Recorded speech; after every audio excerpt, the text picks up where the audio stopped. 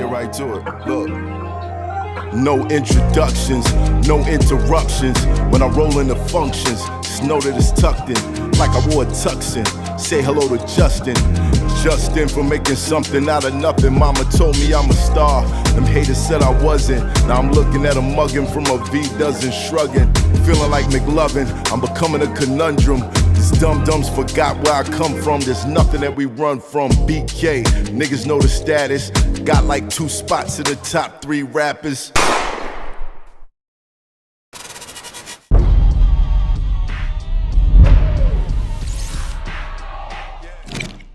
It's hot for trapper turn smack rapper. Only smack rapper that you know is smack rapper. I'm seeing a lot of division going on in the game right now. Every time I turn on the internet, it's division. We need to see more unity.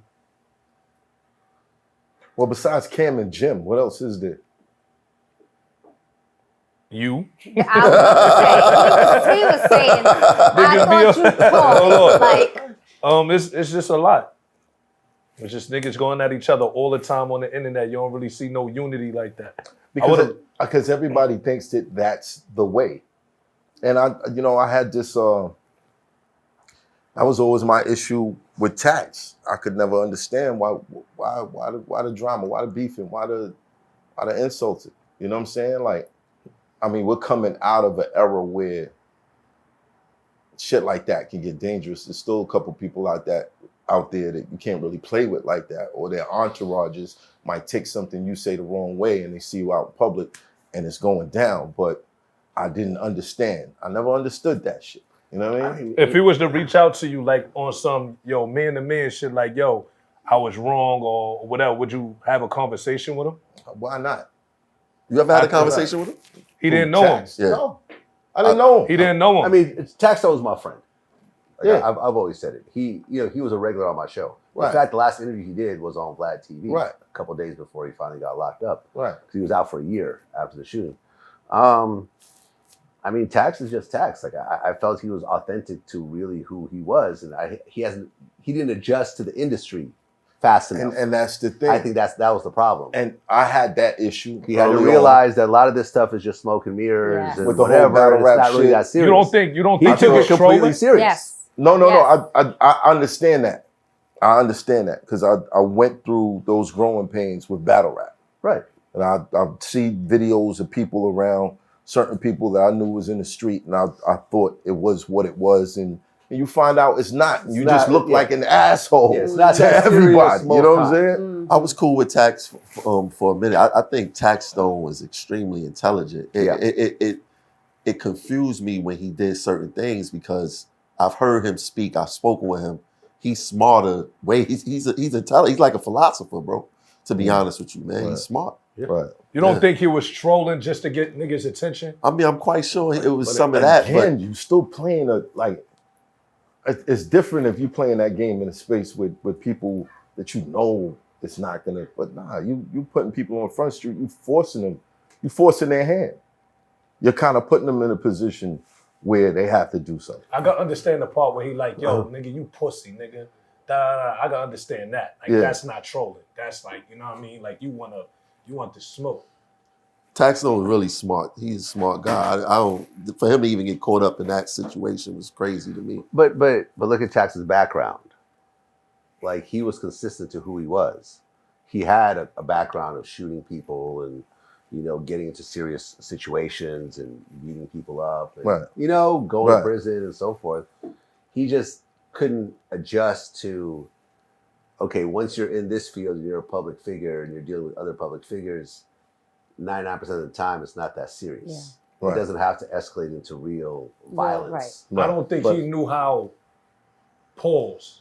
big he was. Yeah. I don't think he knew. Yeah. No, it's not that. I feel like nobody was really putting him on the game. Everyone, No, I'm not gonna say not Charlemagne was fucking with him. Like, that's how I met him. Charlemagne. But I'm was, talking about the rappers and people that he was around.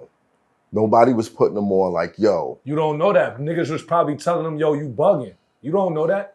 Niggas don't know that. I feel like a lot of people was entertained until shit went left. It was entertaining. Some of it was entertaining. There's probably a lot of phone calls with laughing and giggling and this, that, and the third until shit went left. Well, look, like for example, he was always dissing Meek Mill. But then Meek Mill ended up doing an interview with him on his own turf. Like, remember, it was like in like the Rolls Royce, the Phantom. Right. So I think with Tax, he was beginning to realize that, like, yo, I could have this negative opinion and really have this rough persona, and people will respect it and even say, okay, I'm gonna join you rather than keep fighting with you. Right. And it was working for him. He was escalating. He was on TV with Charlemagne. You know, he was always on Vlad TV. His own podcast was really blowing up. If Tax didn't go to prison, he would be like Gillian He'd be Wallen. right where everybody else is. Yeah, he might even be bigger than all of us. Right. Because I had never gotten a Meek interview. Right. That was crazy. That was crazy. That was crazy. Yeah, so it's one of those things, man. And I hate to see the way it turned out. Look, me and you had a whole heated argument about this. I understand where your loyalties lie and so forth, and I respect that. Right. I just think it was a very sad situation that didn't need to happen. I don't think he should have brought a gun to that club. If he had even brought a knife, I don't think he'd be where he is right now. I think if he would have just threw the hands and then, you know what I'm saying, and everybody went their way, he'd still be out here. He'd probably be laughing about it. Right. Go about your business. And we've all taken losses. And we've all been outnumbered. We've hell all been jumped. Like, it is what it is. If he would have took those little lumps and he would have got his shit in, pause, and you know niggas would still be out here. But pride comes before fall. But if you look at that situation, everyone lost. Yes. Everyone. Rest in peace. Troy Ave was a hot rapper. These days, not really. Banger lost his life. Yeah, rest in peace, Banger. Rest in peace, Banger. I never met him, but you know. That was my guy. That was my guy. My condolences. My condolences. Yeah. And Tax basically lost his freedom. Right. Nobody won. Would you interview Troy? No. Why? Because I had my own situations with Troy. Me and Tax both didn't like Troy. That was the way we even kind of bonded a little bit. Because with Troy, I had met him really early on. This was mixtape DJ Vlad. This was maybe 2003, 2004. We were in the studio, I think, with Chameleonaire. And he was just like a rapper that was handing out CDs and everything else like that.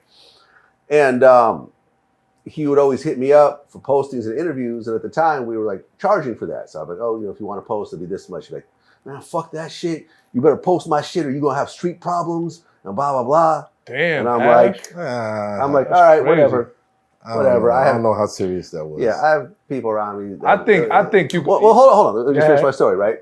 And then, you know, at one point he started to buzz, right?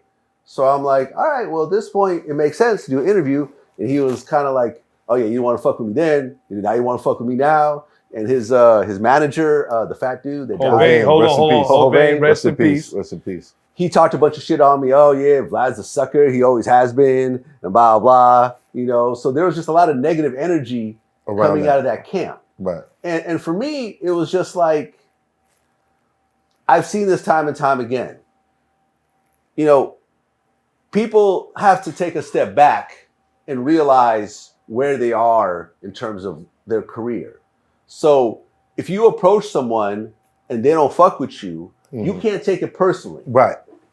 You have to realize, okay, this person has a media outlet that's here. My career is here. Now, at the time that we meet or I surpass it, then it makes more sense for that media outlet because it's ultimately a business.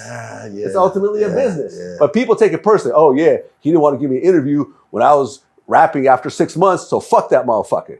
All these and I felt like Troy had this sort of, everyone who didn't put me on, now that I have a little bit of buzz, fuck all that. Yeah, it's like, but it's. I mean, you could say the same thing about Kanye, right? Sure, fair enough. But I don't know Kanye either. So you know what I'm saying? So it was that attitude, and it was some of the shit that he said that I kind of didn't like Troy already. Plus, when Troy started to get on, the shit with me I thought was very minor compared to what he was doing to other people. Because remember, I Love McConan, the gay rapper, who had that song going up on a Tuesday. Yeah.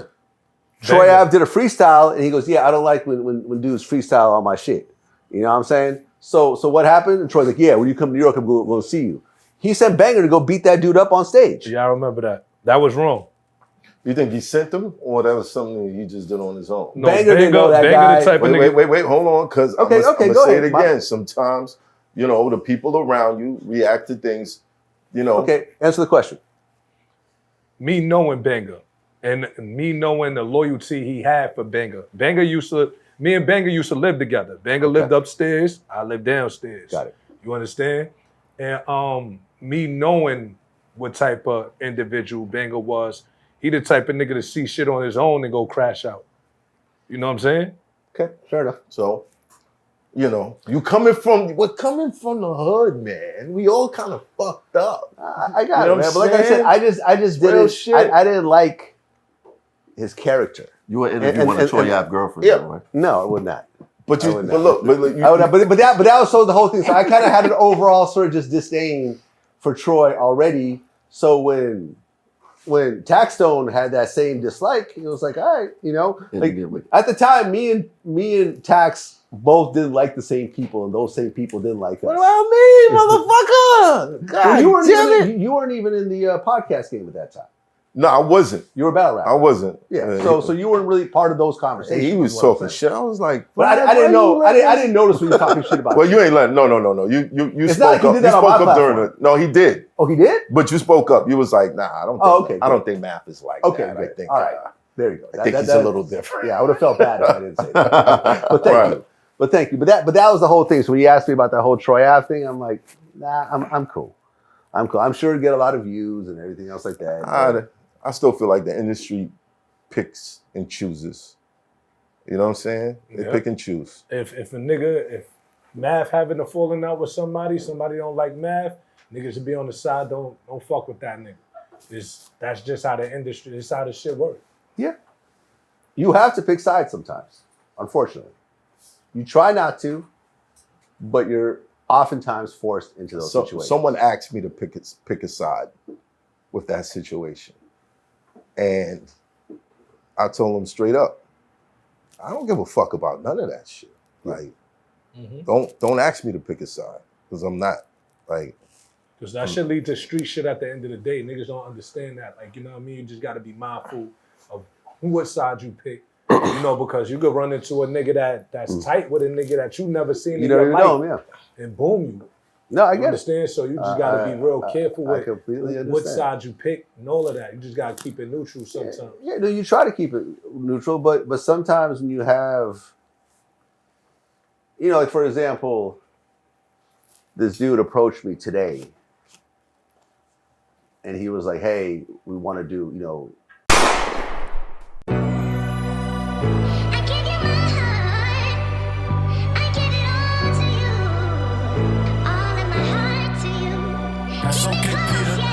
Never take life for granted. Shit real.